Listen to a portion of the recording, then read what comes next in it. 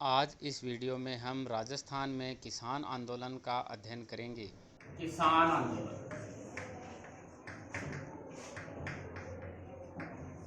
कहाँ जी? राजस्थान।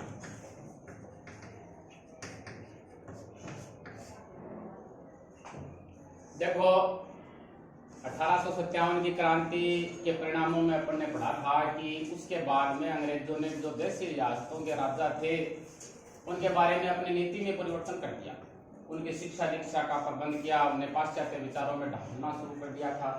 तो ये ही मुख्य रूप से आंदोलनों का कारण भी यही बढ़ती है, मुख्य रूप से कि वो राजा या सामंत हैं, जागीरदार हैं, जिनके पास भी पैसे थे वो मेयो कॉलेज वगैरह में जो अजमेर में है उसमें पढ़ने चले गए थे और उनका जीवन विलासी हो गया था। क्यों हो गया था? क्योंकि राजा महाराजाओं को बाहरी आक्रमण से तो कोई खतरा नहीं रहा, क्योंकि अंग्रेज सुरक्षा कर रहे थे। सामंत हैं, उनको भी कोई खतरा नहीं रहा, तो उनके ऊपर पाश्चात्य प्रभाव पड़ने लगा और धीरे धीरे उनकी प्रवृत्ति कैसी हो गई जी? विलासिता विलासिता की तरफ। करना उनको है नहीं, अपने राज्य की तो सुरक्षा करना नहीं है। पहले तो राजाओं को राज्य की सुरक्षा करनी पड़ती थी, अब करनी नहीं है। करना क्या है फिर? तो इनके लिए उन्हें पैसे भी चाहिए, तो इसके लिए जनता पर या किसानों पर उन्होंने कर लगा दिए, बेगार लेनी शुरू कर दी। जब उनके खर्चे ज्यादा बढ़ गए और आर्थिक शोषण इनका करना शुरू कर दिया, उस आर्थिक शोषण के कारण ही जी क्या हुए जी? किसान आंदोलन। और इस समय जो भूमि थी वो दो प्रकार की थी, अपन पहले भी चर्चा कर चुके हैं। एक थी खालसा भूमि और दूसरी जागीर। खालसा भूमि है वो शासक के सीधे नियंत्रण में रहती थी, यानी शासक जो भी जहां का भी होगा, अपन ने अभी चर्चा करी है कि बीकानेर का था इतने बड़ी एरिया में, और इनमें ठिकाने कई हुआ करते थे, जागीर कई हो जाती थी कि जी हनुमानगढ़ की अलग है, बीकानेर की अलग है, चूरू की अलग है ना, लेकिन राजा तो एक ही था, है ना। तो इस राजा के सीधे नियंत्रण में भी जो भूमि होती थी वो तो खालसा थी, और इन जागीरदारों के, ठिकानेदारों के या सामंतों के अधीन जो भूमि होती थी वो कौन सी होती थी? ठीक है, वो जागीर भूमि हुआ करती थी। और इस जागीर भूमि, जो भी ये जागीरदार थे, यहाँ के हम जागीरदारों की बात करेंगे, ये जागीरदार मनमान्य तरीके से जनता से कर वसूलते थे। यानी अंग्रेजी शासन से पहले तो इनका जो भी शासक है, सामंत हैं, जनता के साथ में इनका जो व्यवहार था वो बहुत ही सहयोग की प्रवृत्ति पर था, सद्भावपूर्ण इनका व्यवहार था। लेकिन जैसे ही अंग्रेज आ गए तो इनके व्यवहार में परिवर्तन आ गया, क्योंकि अंग्रेजों ने एक निश्चित सैन्य कर दिया था, या फिर भूमि कर निश्चित कर दिया कि इतना, चाहे आपके अकाल पड़े, चाहे आपकी भूमि का खराबा हो, आपको इतना कर देना ही पड़ेगा। और इससे पहले की व्यवस्था के अनुसार जब कभी अकाल पड़ जाता था या फिर फसल का खराबा हो जाता था, तो जो ये सामंत, जागीरदार या शासक हैं, ये जनता का कर माफ कर देते थे। लेकिन अंग्रेजों के बाद में आने के बाद में ये स्थिति बदल गई, ठीक है ना। अब बदलने के बाद में इनसे कठोरता पूर्वक इनका दमन किया जाता था किसानों का, और इनसे लगान लिया ही जाता था, चाहे इनके पास कुछ भी नहीं थे। तो इस प्रकार के अन्याय के विरुद्ध किसानों ने आवाज उठाई, और उनमें से अपन पहले का अध्ययन करेंगे।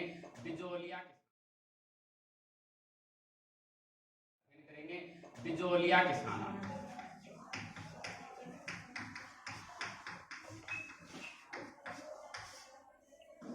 आंदोलन नाम लिख देता हूं, बीच में किसान तो है।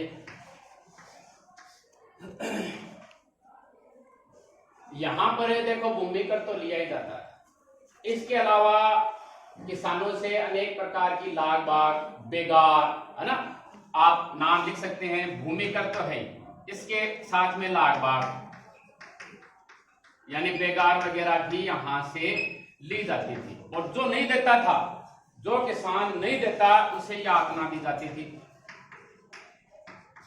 यानी जो किसान है और कोई जो भी काम कर रहा है, वो दिन में पूरे दिन फंसता था और शाम को उसको खाने के लिए भरपेट भोजन भी नहीं मिलता था। स्थिति इस प्रकार की आ गई थी कि यहाँ पर 84 प्रकार के कर थे, कहते हैं 84 प्रकार के कर लगे हुए थे, और 87% आय किसानों की इसी में चली जाती थी। अब 13% से इनका गुजारा कैसे?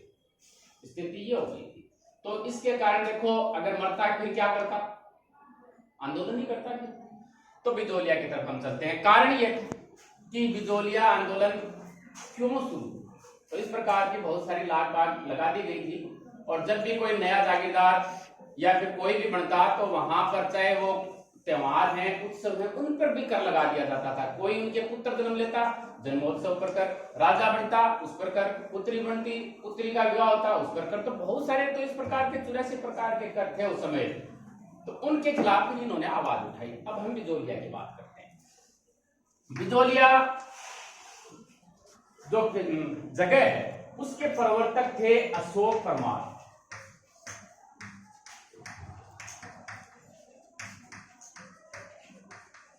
उपरमाल भी कहा जाता है इसे। उपरमाल की अगर हम वर्तमान में बात करें तो ये बिजोलिया से लेकर भैंसरोडगढ़ का जो क्षेत्र है उसे हम किस नाम से जानते हैं, उपरमाल के नाम से जानते हैं। बिजोलिया टू, पहले इसका नाम विजयावल्ली था और विजयावल्ली से कालांतर में परिवर्तित होकर क्या हो गया जी, बिजोलिया हो गया। 1894 तक बात करते हैं। 1894 यहाँ का जो जागीरदार था वो था जी गोविंद दास। इसकी मृत्यु तक सब कुछ ठीक था, यानी किसानों के जागीरदारों के साथ संबंध अच्छे थे।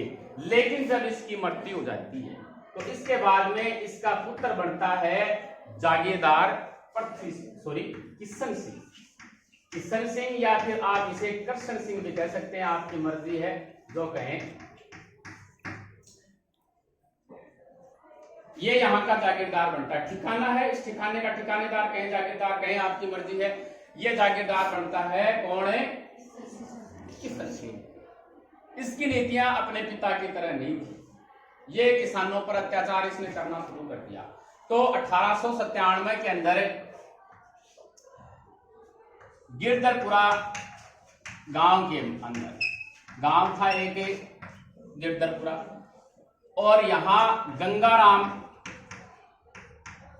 देखो इससे पहले गंगाराम से पहले हम करते हैं बात है कि जो बिजोलिया जगह थी वहां पर धाकड़ जाति के लोग ज्यादा रहते थे, ठीक है। उसी धाकड़ जाति में एक गंगाराम था। गंगाराम के पिता की मृत्यु हो गई और उसके ऊपर यहाँ पर मृत्यु भोज का आयोजन किया गया था।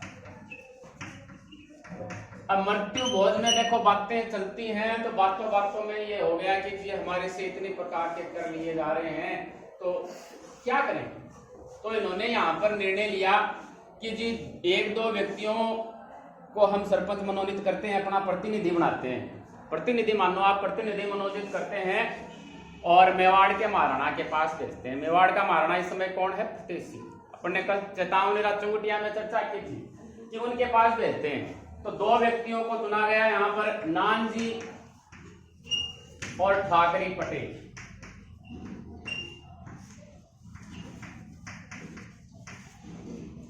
ये गए जी कहां, मेवाड़ महाराणा के पास गए। लेकिन जब ये गए तो वहां पर महाराणा नहीं मिले और ये अपनी अर्जी वहां देकर आ गए। और फिर महाराणा ने, एक व्यक्ति था हामिद हुसैन, उसे इसकी जांच के लिए लगा दिया कि जी इस प्रकार से किसान आए हैं तो उनकी समस्या का हम समाधान करेंगे। लेकिन ये कहते हैं कि इसने जो आयोग बैठाया हामिद हुसैन ने, उसने सिर्फ 1-2 लागतों को छोड़कर बाकी सभी को वैसे के वैसे छोड़ दिया। वैसे का वैसा छोड़ दिया। तो जो ये किशन सिंह है, कहाँ है वो, किशन सिंह का हौसला बढ़ गया इससे कि जी देखो राजा महाराजा तो कुछ कर ही नहीं रहे हैं, है ना। इसका हौसला बढ़ गया। तो इसने क्या किया, 1903 में एक नया कर लगा दिया, चौवरी कर। चौवरी कर क्या होता था कि अगर कोई भी किसान अपनी पुत्री का विवाह करेगा तो उसे चौवरी कर देना पड़ेगा। और चौवरी कर के रुपए थे जी 5। कहते हैं उस समय 5 रुपए में पूरा विवाह ही हो जाता था। अब विवाह करना देखो एक माता पिता के लिए कितनी बड़ी चुनौती होती है। अब 5 रुपए इनको देने पड़े, 2 विवाह हो गए किसानों के लिए। तो इन्होंने विरोध कर दिया कि हम ये चौवरी करे नहीं देंगे। और विरोध के स्वरूप इन्होंने क्या किया, अगले 2 साल तक अपनी लड़कियों की शादी नहीं कि वे शादी नहीं करेंगे, देखेंगे चोरी कर कैसे लेंगे ये। तो फिर किसानों में और इनमें समझौता होता है और 2/5 भाग लगान के रूप में और ये चोरी करे माफ कर दिया जाता है। अब किशन सिंह तो आया गया हुआ, किशन सिंह है। इसके बाद में 1906 में इसका पुत्र बनता है पृथ्वी सिंह। जागीरदारों की बात है, ये किसान आंदोलन है वो जागीरदारों के खिलाफ है ज्यादा। पृथ्वी सिंह बनता है और नया राजा बनता है तो एक नई रस्म आ जाती है जी, तलवार बंधाई की रस्म।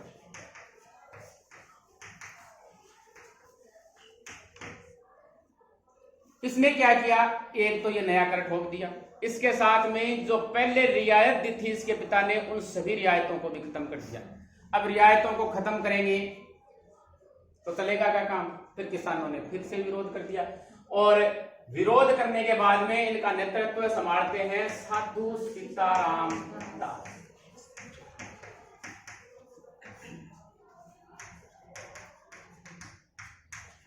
फतेह है करण चार और ब्रह्मदेव, मुख्य नाम क्या है जी, साधु सीताराम दास। देखो इस आंदोलन की बात करें तो ये 1897 से चला है, ठीक है। 1897 से 1941 तक चलेगा ये। इस प्रकार से सबसे लंबा चलने वाला, आप ये कह सकते हैं सबसे लंबा चला ये, सफल रहा ये आंदोलन और अहिंसात्मक रहा, कहीं भी इसमें कोई हिस्सा नहीं थी। और आंदोलन आगे हम पढ़ेंगे वो हिंसात्मक हो जाएंगे, लेकिन ये अहिंसात्मक था। और इतने लंबा अगर आंदोलन चलता है तो एक व्यक्ति उसका नेतृत्व नहीं कर सकता, तो इसके नेतृत्वकर्ता अलग अलग हैं। 1897 से हम बात करते हैं 1915 से बात करते हैं 1923 करें या फिर 27, आपकी मर्जी है। और वहां से 23 से लेकर 1941 नेतृत्वकर्ता लिख देता हूं पहले मैं, यहां रहेंगे आप साधु सीताराम दास, समझ जाओगे नहीं से। अब इसके बाद में साधु, देखो इसके साथ साथ हम लिखेंगे फिर लिख देंगे, साधु सीताराम दास, फतेहकरण चारण और ब्रह्मदेव आगे, इन्होंने नेतृत्व स्वीकार कर लिया, ये नेतृत्व कर रहे हैं। और इसी दौरान क्या होता है कि ये जो जागीरदार हैं इनके अत्याचार और बढ़ जाते हैं और बढ़ने के बाद में ये दोनों फतेहचरण और ब्रह्मदेव हैं, ये तो बिजोलिया छोड़कर चले जाते हैं और इससे पुस्तकालय की नौकरी से निष्कासित कर दिया जाता है। इसको हाँ, अब ये साधु सीताराम दास जी जाते हैं किसके पास में जी, विजय सिंह पथिक के पास में 1915 कि जी बिजोलिया में जागीरदार हैं वो ऐसा है किसानों पर अत्याचार कर रहे हैं, ये इस प्रकार की कहानी वगैरह बताते हैं उनको जाकर। तो विजय सिंह पथिक इसका आंदोलन का नेतृत्व करना स्वीकार कर लेते हैं। तो यहां आते हैं जी, कौन है, विजय सिंह पथिक आगे। अब विजय सिंह पथिक जब आ गए तो इन्होंने 2-4 बोर्डों की स्थापना कर दी यहां पर। 1916 है या फिर कई जगह 15 भी है, किसान पंच बोर्ड।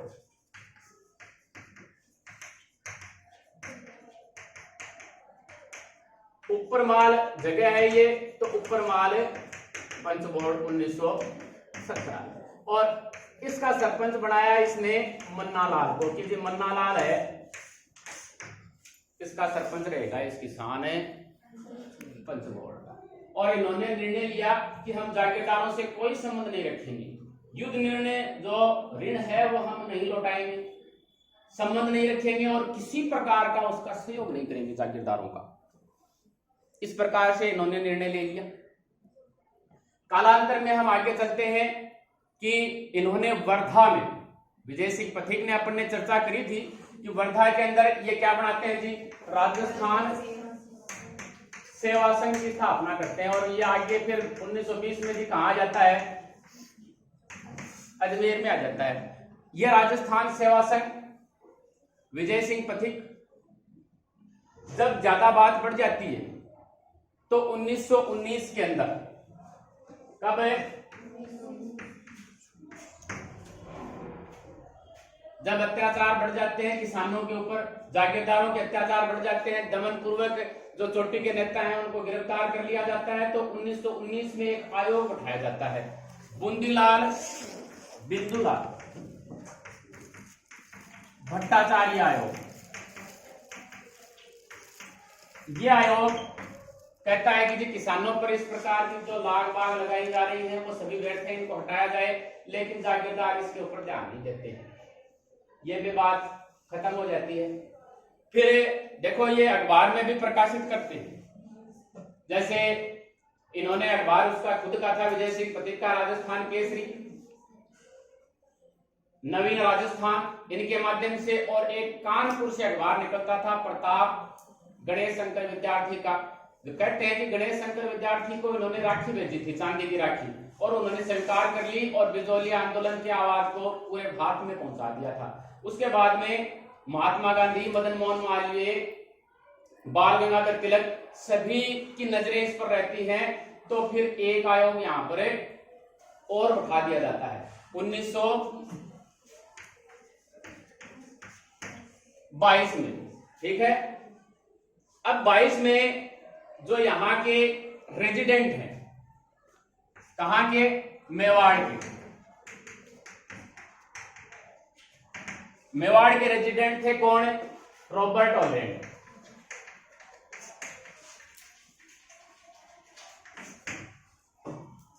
जी सॉरी, राजस्थान के, और रेजिडेंट थे यहाँ के विल्किंसन। ये यहाँ पर बिजौली आते हैं कि जी हम किसानों की समस्याओं का समाधान कराएंगे। ये आ जाते हैं। ये आने के बाद में 3-4 गुट बढ़ते हैं, एक तो राजा की तरफ से, दूसरा ठिकाने की तरफ से, और तीसरे कौन हो जाएंगे जी, किसान। इसमें देखो जो राजा है उसकी तरफ से प्रकाश चंद्र चटर्जी है,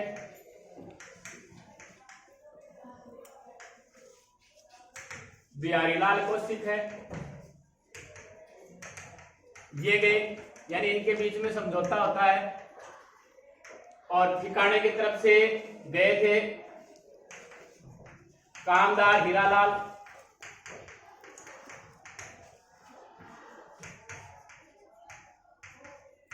फौजदार तेज सिंह और मास्टर जालिम सिंह।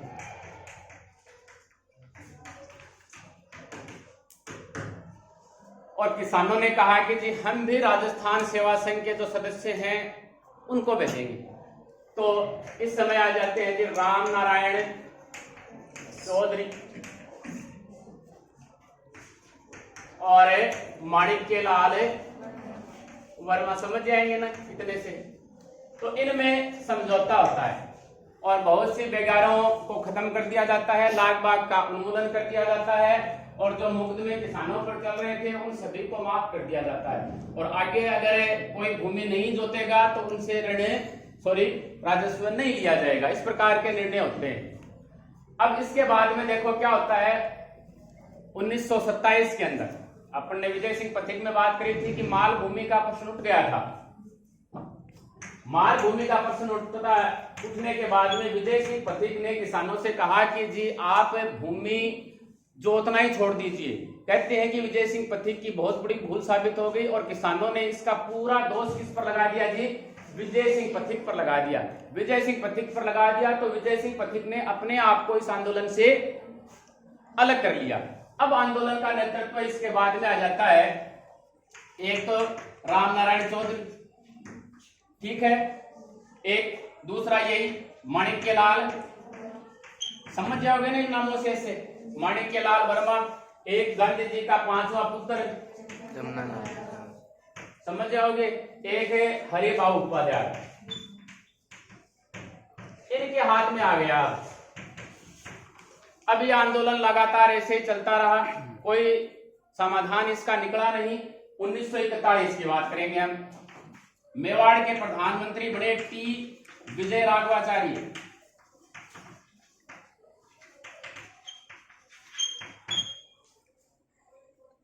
अब इन्होंने सोचा कि हम कैसे न कैसे इसको खत्म करना है। तो इनका समझौता होता है किसके साथ में? माणिक्य लाल वर्मा के साथ में। यानी मेवाड़ के माणिक्य लाल वर्मा ज्यादा प्रसिद्ध है, मेवाड़ में ही है ये। आगे जाकर उदयपुर प्रजामंडल की स्थापना प्रजामंडल में चलेंगे अपन आगे। तो माणिक्य लाल वर्मा के साथ में इनका समझौता होता है, किसानों की बातें मान ली जाती हैं और ये आंदोलन है वो समाप्त हो जाता है। तो ये है बिजोलिया किसान आंदोलन। ठीक है, अब चलते हैं अपन बेगू में।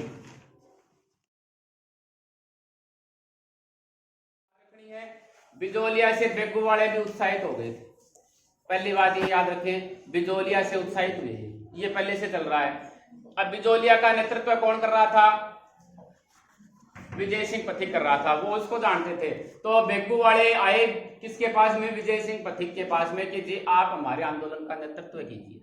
इन्होंने कहा जी आपके आंदोलन का नेतृत्व रामनारायण चौधरी जी करेंगे। तो इनके आंदोलन का नेतृत्व कौन करता है? आएंगे 1923 के अंदर विजय सिंह पथिक भी आएंगे, जब इनका आंदोलन थोड़ा कमजोर पड़ जाएगा, सहायता करने के लिए, और विजय सिंह पथिक को गिरफ्तार कर लिया जाएगा और जेल में डाल दिया जाएगा। अपन ने विजय सिंह पथिक में पढ़ा था कि बेगू के अंदर इस प्रकार से वो आए, लेकिन पकड़ के जेल में डाल दिया 3 साल बाद में, और 27 के अंदर वो मालभूमि वाला प्रश्न खड़ा हो जाता है। ये मैदान के अंदर, ये भीलवाड़ा में, बेगू चित्तौड़गढ़ में सम्मेलन कर रहे थे। उद्देश्य वही है, लाल बाग करों के खिलाफ इनको प्रदर्शन करना है। ठीक है, 1921 में ये शुरू होता है। ठीक है, अब इसमें यहां के जो जागीरदार थे, देखो वहां पर जागीरदार नहीं मान रहे हैं बिजोलिया में, लेकिन यहां जागीरदार मान जाते हैं। और जागीरदार थे जी अनूप सिंह।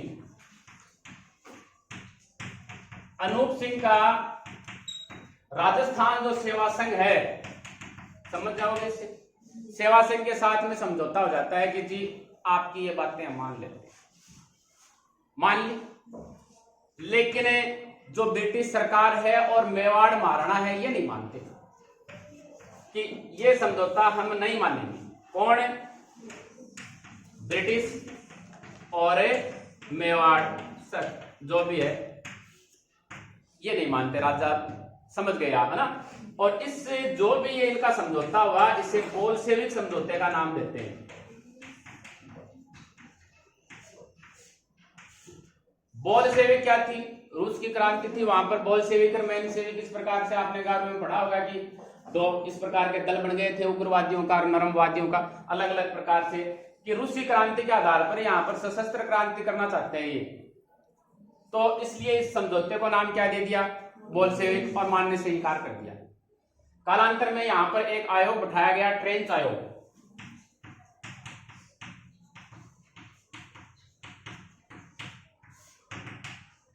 अब किसानों ने देखो क्या किया, 2 गांव है यहां पर, रायला और गोविंदपुरा। यहां पर इन्होंने लगातार सभाओं का आयोजन करना शुरू कर दिया कि जी हम जो ट्रेंच आयोग है, ट्रेंच आयोग ने क्या किया, 1-2 मांगों को छोड़कर सभी मांगों को ऐसा का ऐसा छोड़ दिया। यानी अंग्रेजों के पक्ष में या फिर महाराणा के पक्ष में इन्होंने ज्यादा कर दिया, तो किसान इससे संतुष्ट नहीं हुए, तो इन्होंने सभा आरंभ कर दी। और ये गोविंदपुरा में सभा कर रहे थे 23 जुलाई 1925, सॉरी 23 की बात है, 2 साल बाद में सभा कर रहे थे। तो ट्रेंच ने इस सभा पर गोलियां चलवा दी। किसने चलवा दी थी?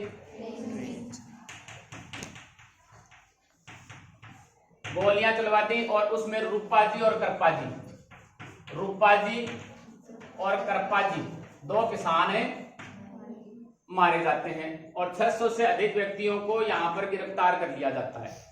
तो इस प्रकार से जो ये आंदोलन था, बेगू किसान आंदोलन, इसके बाद में जब किसानों की स्थिति हमने अभी चर्चा की थी कमजोर पड़ती है, तो विजय सिंह पथिक आते हैं, फिर विजय सिंह पथिक को भी गिरफ्तार कर लिया जाता है। और जब राजस्थान सेवा संघ समाप्ति की ओर अग्रसर होता है 1927 में, तो उसी के साथ में ये किसान आंदोलन भी समाप्त हो जाता है। ये है बेगू किसान आंदोलन। अब हम बात करते हैं मारवाड़ की। मारवाड़ की स्थिति थे वो थोड़ी अलग थी। यहाँ पर न तो पानी था और जमीन पड़ी थी, तो न तो किसान है और न ही यहाँ का जागीरदार। इनका कोई ज्यादा ध्यान नहीं था कि भाई इस प्रकार से खेती वगैरह पर, लेकिन जागरण जरूर था इनके अंदर। तो इन्होंने एक सभा की स्थापना की थी 1931 के अंदर, मारवाड़ हितकारिणी सभा।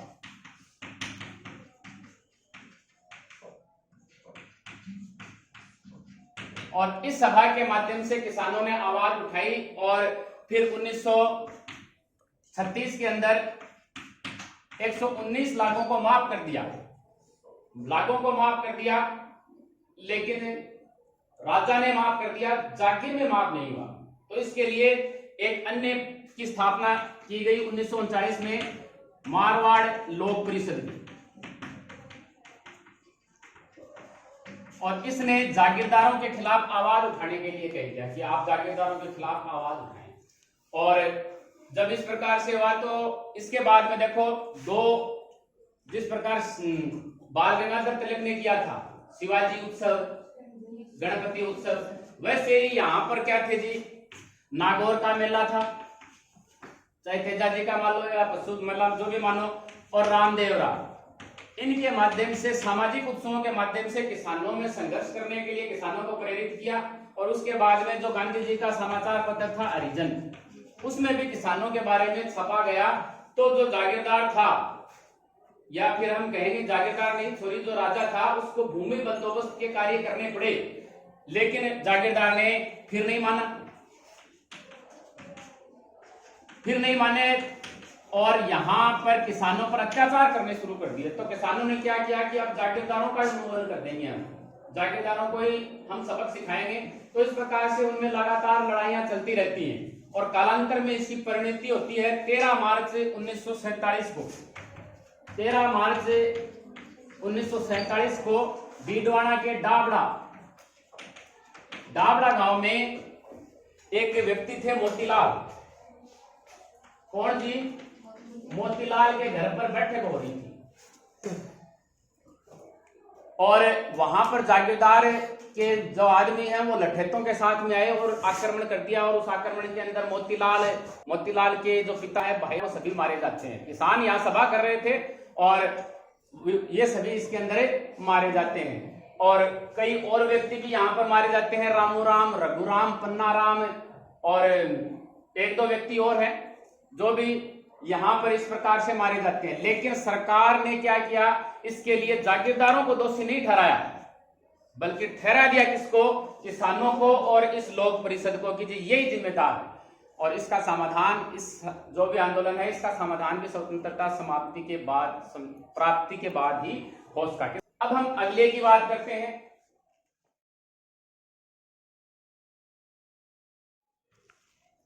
बूंदी किसान आंदोलन। बूंदी में एक बरड़ नामक स्थान है, ठीक है, बरड़ में किसान सभा का आयोजन हो रहा था। और अगर हम बात करें बूंदी की तो आपको एक नाम याद रखना है हमेशा ही, वो है नैनूराम शर्मा, ठीक है। नैनूराम बूंदी प्रजामंडल में भी आएंगे।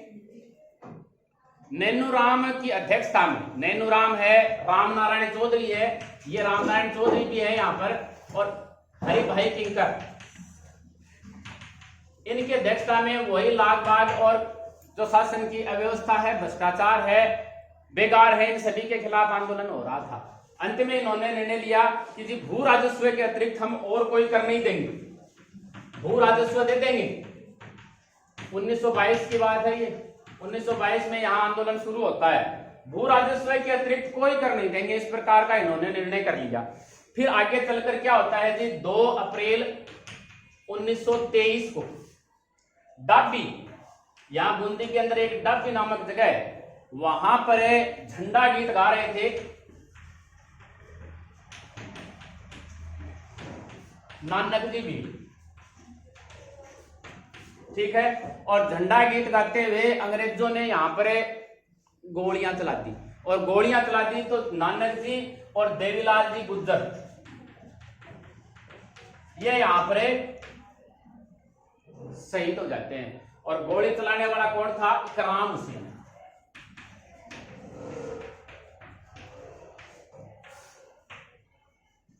बूंदी किसान आंदोलन, ये मुख्य मुख्य घटनाएं हैं, आपको डाक भी याद रखनी है इसमें, ठीक है।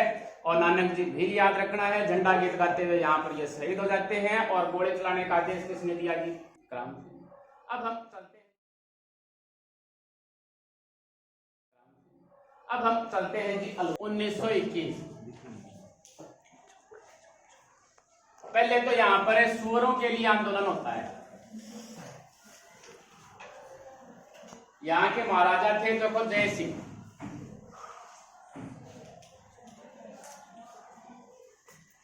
जय सिंह ने अलवर राज्य के अंदर सुअरों के मारने पर प्रतिबंध लगा रखा कि सुअरों को किसान वगैरह कोई भी नहीं मार सकते। तो सुअरों ने खेतों में उत्पाद मचाना शुरू कर दिया। किसानों की जो भी खेती थी उनको खराब कर देते थे। तो किसानों ने राजा से शिकायत की, जी आप सुअरों को मारे, नहीं तो हम आंदोलन करेंगे। तो राजा ने फिर कालांतर में सुअरों को मारने का आदेश दे दिया और यह आंदोलन खत्म हो गया, ठीक है। फिर क्या होता है जी 1923-24 में यहां पर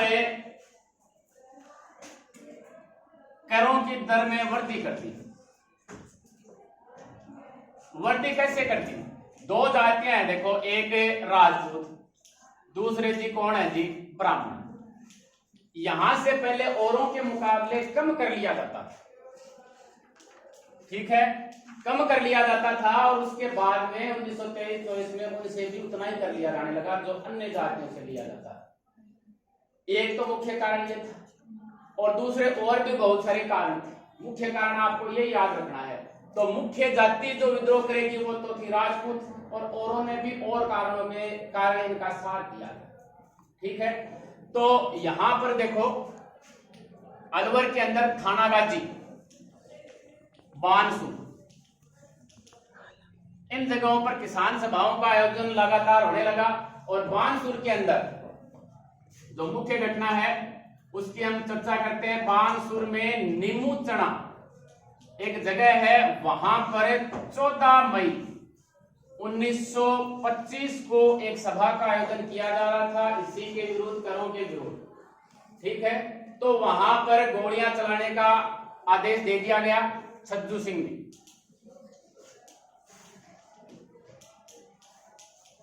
और कहते हैं यहां पर 156 व्यक्ति मारे जाते हैं और 600 से अधिक व्यक्ति घायल हो जाते हैं।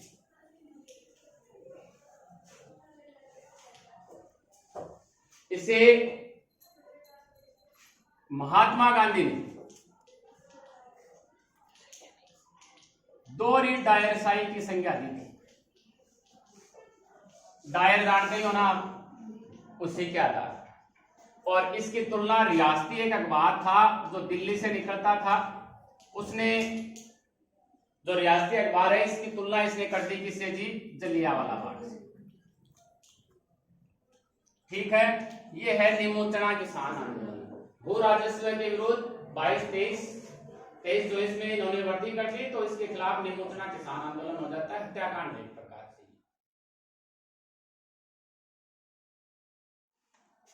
अब चलते हैं हम सीकर। सीकर में क्या हुआ 1921, राव कल्याण या कल्याण सिंह बढ़ते हैं, ठीक है। अब इसके पिता का मृत्यु भोज 22 के अंदर इन्होंने क्या किया, 1922 में जो अपने इसके पिता थे उसके मृत्यु भोज और स्वयं के गदी निशीनी सामोरा या तलवार बंधाई रस्म, जो भी आप मानो, उन पर खर्चा हो गया था। हुआ कि नहीं हुआ खर्चा?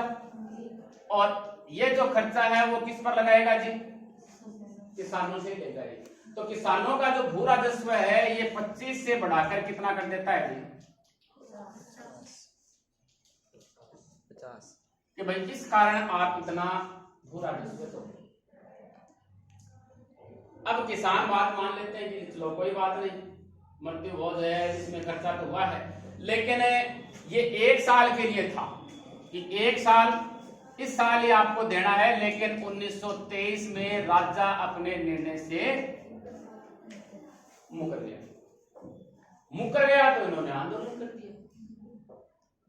और कहते हैं कि जी यही एक आंदोलन था जो ब्रिटेन के डेली हेराल्ड जो न्यूज़पेपर था उसके अंदर इसकी आवाज उठी थी ब्रिटिश हाउस ऑफ कॉमन्स में। इस अखबार ने उठाई थी, अंग्रेजी अखबार है अंग्रेजों का, और वही लॉरेंस नाम है एक व्यक्ति का, इसने उठाई थी यहां पर। अब इसने उठाई थी तो फिर समझौता भी करना पड़ेगा, ठीक है ना, तो फिर समझौता करना पड़ गया इनको। कालांतर में देखो आगे चलकर क्या होता है, इसके बाद में 1931 के अंदर सीकर के अंदर एक राजस्थान अक्षेत्रीय जाट सभा, इसकी स्थापना होती है। इसके कारण किसानों में फिर ऊर्जा का संचार हो जाता है कि जी हमें आंदोलन करने के लिए एक संस्था और मिलती। अब इसके बाद में जब इस संस्था का स्थापना हो जाती है तो एक ठाकुर हैं देशराज, देशराज ने कहा कि हम जाट प्रजापति महायज्ञ का आयोजन करेंगे।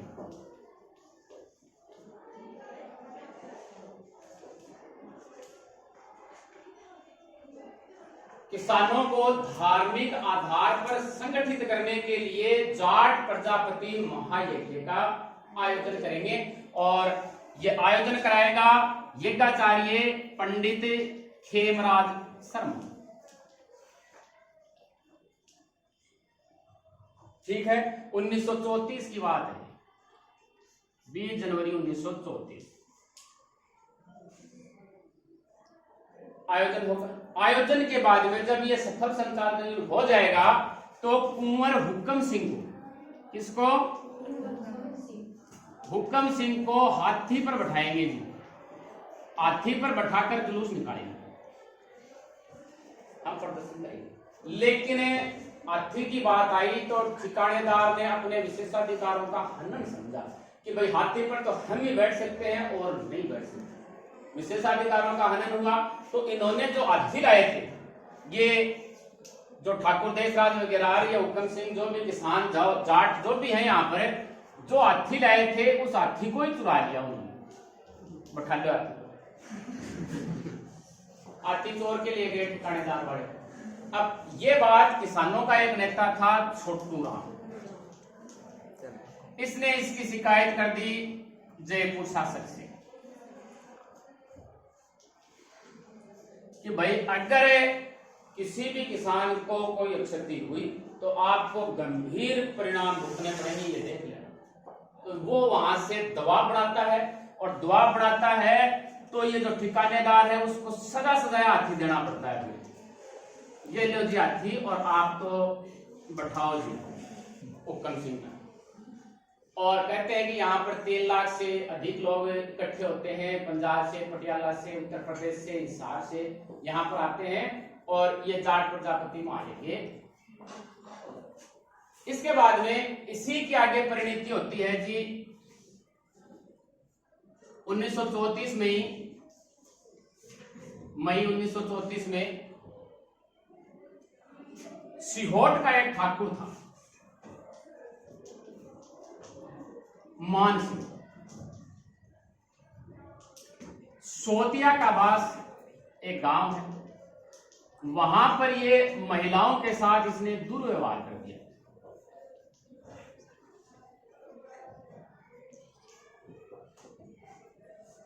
सियोट के ठाकुर मान सिंह ने सोतिया के पास गांव में महिलाओं के साथ दुर्व्यवहार किया, तो इसके खिलाफ आवाज उठाई हरलाल सारण की पत्नी किशोरी देवी। ये मत समझ लेना, किशोरी देवी ने कहा कि जी हम एक सम्मेलन का आयोजन करेंगे कटराथल, सीकर से हम थोड़ा सा इधर चलते हैं अपनी तरफ, तो कटराथल नामक एक गांव है, वहां पर एक सम्मेलन का आयोजन हम करेंगे। जब जागीरदार को इसका पता चला तो उसने धारा 144 लगा दी कि कोई भी इस प्रकार का सम्मेलन नहीं होगा, लेकिन ये नहीं मानी। और इसने आयोजन किया इस सम्मेलन का। और कई और महिलाएं भी थी, जैसे इसमें रमा देवी, दुर्गा देवी, उत्तमा देवी, फुल्ला देवी, इन्होंने भी अपने भाषण से महिलाओं में जोश भरा कटराचल के अंदर। अब अगली चीज आती है जी तापी देवी के नेतृत्व में उद्दन में। एक साल बाद में चलते हैं मई में। उद्दन गांव सिक्कर में ही है, महिला बदल गई है, दापी देवी हो गई है। दापी देवी ने क्या किया कि किसानों को लगान देने से कहा कि आप लगान मत देना। अब इसने तो कह दिया, किसानों को उत्साहित कर दिया कि लगान नहीं देनी है, लेकिन TW वेब को यहां पर नियुक्त कर रखा था, क्योंकि उससे पहले एक कांड और हो जाता है जयसिंहपुरा के अंदर। जयसिंहपुरा का जो ठाकुर का भाई था ईश्वरी सिंह, वो किसानों पर गोलियां चला देता है, और गोलियां चलाने के बाद में ये पहला मुकदमा है जिसमें किसानों की विजय हुई थी, और ठाकुर जो केस ईश्वर सिंह के भाई हैं उसको सजा मिलती है। और उसकी जांच करने के लिए ये वेब था, और ये वेब यही था, और इसी वेब ने यहां पर गोलियां चलाने का आदेश दे दिया। तो यहां पर कई व्यक्ति चेतराम, टिक्कूराम, तुलसाराम, आछाराम, है ना, ये शहीद हो जाते हैं। अब इस दापी देवी का तो कुछ नहीं बिगड़ा, और ये बेचारे शहीद हो जाते हैं। उद्दन गांव में TW और आगे चलते हैं हम, सिक्कर आंदोलन को और आगे पहुंचाते हैं थोड़ा। पंचपाणी, पंचपाणी देखो कहा जाता है, नाम लेने आपको इसमें बिसाऊ, डुंडलोर, मलसीसर, मंडावा और नवलगढ़, और ये के जी 5, ये 5 ठिकाने थे। मुख्य नियंत्रणकर्ता जयपुर से ही है। बिसाऊ, डुंडलोर, मलसीसर, मंडावा और नवलगढ़। ये प्रशासन की अकर्मण्यता। एक चीज तो आपको याद रखनी है कि प्रशासन की क्या थी, अकर्मण्यता। और दूसरी 1929-30 में आर्थिक मंदी आ जाती है, उसका शिकार हो गए यहां पर किसान। शिकार होने के बाद में वो राजस्व कर वाली बात आ जाती है, और इनका आंदोलन चलता है। 1930 के अंदर अगले वर्ष अखिल भारतीय जाट सभा का आयोजन झुंझुनू में होता है, वार्षिक सम्मेलन होता है। तो ये किसानों की मांग का यहाँ पर समर्थन कर देते हैं। 1934 से 36 के बीच में थोड़े सुझाव आमंत्रित होते हैं, थोड़ी बात बढ़ती है, लेकिन जागीरदारों के कारण फिर बात नहीं बढ़ती। 42 से 46 तक फिर जयपुर रियासत कोशिश करती है, जयपुर रियासत ठिकानेदार से कोशिश करती है कि आप किसानों को बातों को मानिए, लेकिन बात बढ़ती अंत में स्वतंत्रता प्राप्त तक पहुंच जाती है, और बाद में इस समस्या का समाधान होता है। तो ये है शेखावाटी किसान आंदोलन है, ये पंचपाणे वाला। और ये किसका भाग था जी? सिक्कर किसान आंदोलन का ही भाग। तो ये है किसान आंदोलन। राजस्थान में किसान आंदोलन का हमारा ये टॉपिक इसी के साथ समाप्त होता है।